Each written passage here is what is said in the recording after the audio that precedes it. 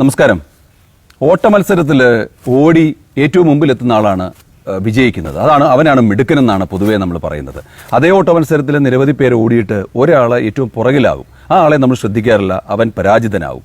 പക്ഷെ നമ്മൾ ഒരു കാര്യം മനസ്സിലാക്കേണ്ടത്, അതേ ഓട്ടമത്സരത്തിൽ ഈ വിജയ് ഓടിയ അതേ ദൂരം ഓടിയിട്ടാണ് അയാളും തോറ്റത്. ഈ കുറേ പേര് തോറ്റതുകൊണ്ടാണ് ഒരാൾ വിജയിക്കുന്നത്. അപ്പോൾ ജീവിതത്തിൽ ഏറ്റവും മുന്നിൽ നിൽക്കുന്ന ആൾക്കാരാണ് മിടുക്കര് എന്നാണ് പൊതുവെ ഒരു വെപ്പ്. ഒന്നീ പ്രശസ്തിയോ അല്ലെങ്കിൽ പണമോ മറ്റ് കഴിവുകളുള്ള ആൾക്കാർ മാത്രമാണ് മിടുക്കരെന്ന് സമൂഹം മുഴുവൻ പറയാറുണ്ട്.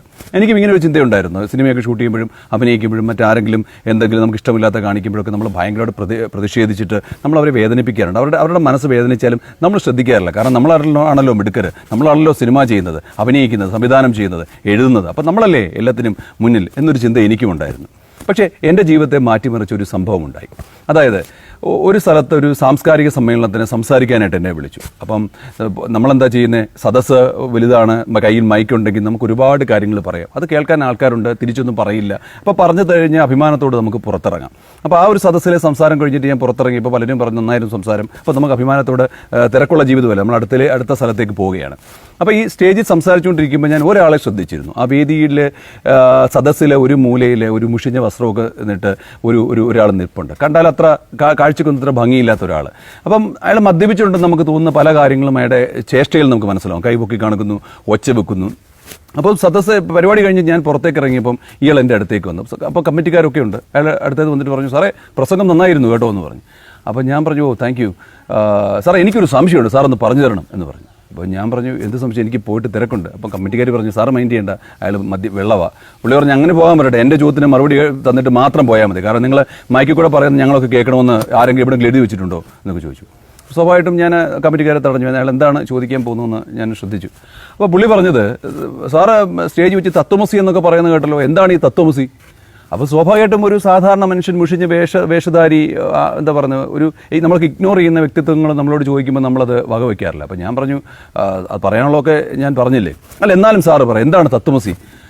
അപ്പം സ്വാഭാവികമായിട്ടും കമ്മിറ്റിക്കാരെ തടയാൻ ശ്രമിച്ചപ്പോഴും ഞാൻ പറഞ്ഞു, തത്വമസി എന്താ, അത് നീയാകുന്നു, നിന്നിൽ ഒരു ഈശ്വര ചൈതന്യമുണ്ട്, പരമാത്മാവുണ്ട്, അത് ഈശ്വരനും നീയും ഒന്നാകുന്നു എന്നാണ് അതിൻ്റെ കാര്യം.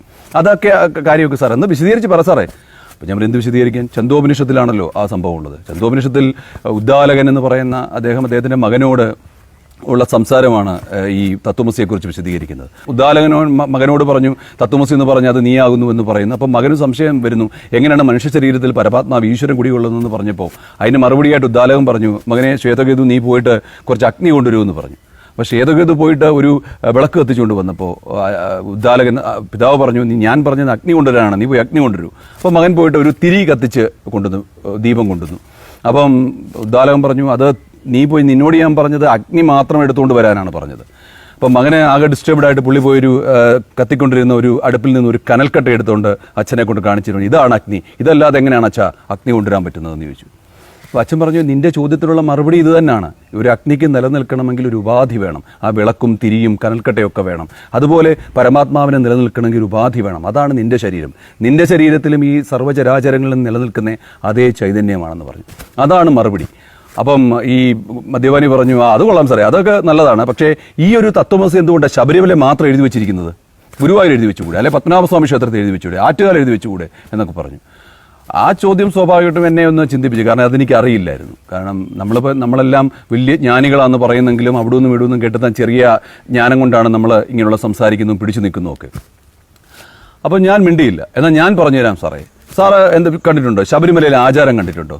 അതായത് നമ്മൾ 41 ദിവസം വ്രതമെടുത്ത് മത്സ്യമാംസാദികൾ ഒഴിവാക്കി മനസ്സും ശരീരവും ശുദ്ധമാക്കി കഠിനമായ വസ്ത്രങ്ങളൊക്കെ കറുപ്പ് വസ്ത്രങ്ങൾ ധരിച്ച് ചെരുപ്പിടാതെ നടന്നിട്ട് നമ്മൾ കെട്ടുമുറുക്കുന്ന ഒരു ദിവസം സാർ ശ്രദ്ധിച്ചിട്ടുണ്ടോ?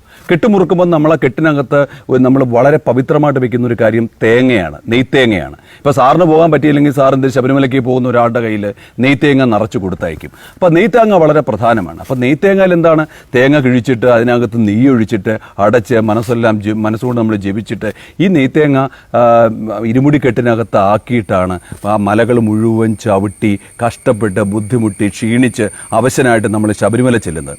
ശബരിമല ചെന്നിട്ട് എന്താണ്, ആ വിഗ്രഹത്തെ തൊഴുന്നതിന് മുമ്പ് നമ്മൾ ആ പ്രദക്ഷിണം വെച്ചിട്ട് വന്നിട്ട് ആ നെയ്ത്തോണിയിൽ ചെന്ന് ഈ തേങ്ങ ഉടച്ച് നെയ്യ് അതിൽ ഒഴിച്ചിട്ട് തേങ്ങ എന്ത് ചെയ്യും, അത് അഗ്നിയിലേക്ക് വലിച്ചെറിയും. അതല്ലേ സാറേ അവിടുത്തെ ആചാരം? ഞാൻ പറയാതെ അതിനെന്താ ഇതുമായിട്ട് എന്ത് ബന്ധം?